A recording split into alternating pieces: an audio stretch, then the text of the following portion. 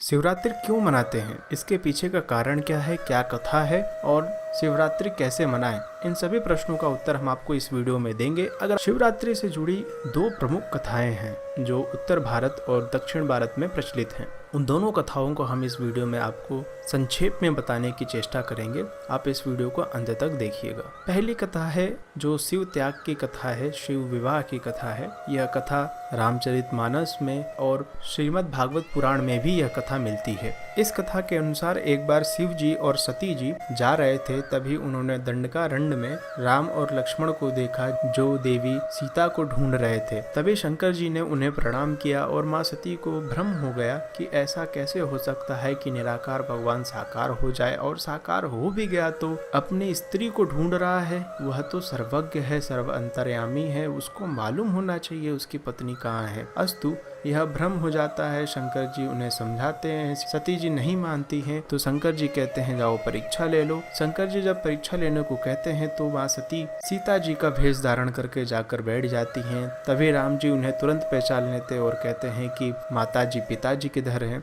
ऐसा देख माँ सती को और भ्रम हो जाता है कि क्या बात है। तो जब सती वापस आती हैं शिव के पास तो वह झूठ बोल देती हैं कि मैंने राम की परीक्षा नहीं ली है, लेकिन शिव जी अंतर्यामी इसलिए वो जान गए कि यह मेरी माता सीता का भेष धारण करके गई थी परीक्षा लेने के लिए। अतएव उन्होंने सोचा कि इन्होंने मेरी माँ का स्वरूप धारण किया है, अतएव इस जन्म में तो इनके साथ अब पति पत्नी का रिश्ता नहीं रह सकता। इसलिए उन्होंने अपने मन ही मन में सती को त्याग दिया था। बाद में सती जी को यह शंका हो ही गई थी कि शिव जी ने मुझे मन ही मन त्याग दिया था। एक दिन जब दक्ष जो सती के पिता थे वह यज्ञ करवा रहे थे, लेकिन शिव जी को नहीं बुलाया था। सती जी जिद करने लग गई शंकर जी से कि मैं भी जाऊंगी। तो शंकर जी ने उन्हें कहा कि ठीक है जाओ, गणों को साथ भेजा। सती जी जब वहां पर गई, वहां पर उनकी बहनों ने उनके साथ ज्यादा बातचीत नहीं की, लेकिन माँ ने आदर सत्कार उनका किया। जब सती जी यज्ञ में जाती हैं तो देखती हैं कि वहां पर शिव जी का आसन नहीं रहता है,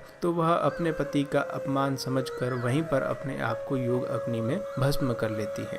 इसके बाद फिर स्वयं राम गए थे शंकर जी के पास और उन्होंने कहा था कि जब प्रस्ताव आएगा शादी के लिए तो आप हाँ कर दीजिएगा। फिर बाद में यही सती जी माँ पार्वती का अवतार लेकर आती हैं पिता हिमनरेश और माता मैना के घर में। उसके बाद फिर 9 योगीश्वरों ने माँ पार्वती की परीक्षा लेते हैं। तो पार्वती जी ने उनसे कहा कि मैं या तो शिव जी से शादी करूँगी, नहीं तो अनंत काल तक कुंवारी रहूँगी। ऐसा जवाब मिलकर शिव जी का विवाह तय हुआ और जिस दिन शिव जी का विवाह हुआ वह महाशिवरात्रि के पर्व में मनाई जाती है। अब जो दक्षिण भारत में जो कथा ज़्यादा प्रचलित है वह कथा ऐसी है कि हर एक ब्रह्मांड में एक ब्रह्मा, एक विष्णु, एक शंकर होते हैं। तो अनंत ब्रह्मांड है, तो अनंत ब्रह्मांड में अनंत ब्रह्मा, अनंत विष्णु, अनंत शंकर होते हैं। इन सभी अनंत ब्रह्मांडों के एक महाविष्णु और एक सदा शिव होते हैं। यह जो सदा शिव हैं यह सदा रहते हैं। तो जब महाप्रलय होता है जिसमें समस्त ब्रह्मांड भगवान में लीन होते हैं तो वह सदा शिव में जाकर लीन हो जाते हैं।